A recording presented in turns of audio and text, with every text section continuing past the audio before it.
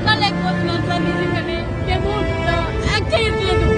మా బాధలు మీకు చెప్తున్నామంటే మా బాధలు దయచేసి వచ్చి కనుక్కోండి.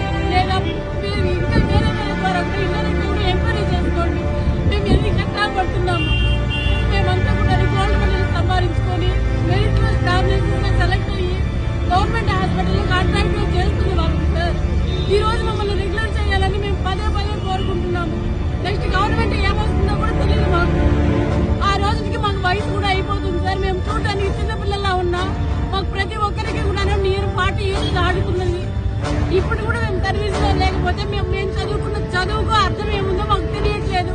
మేము ఎందుకు చదువుకోవాలి సార్ ఉద్యోగ భద్రత లేకపోతే? దయచేసి చెప్పండి, మాకు ఉద్యోగ భద్రత కల్పించాలి.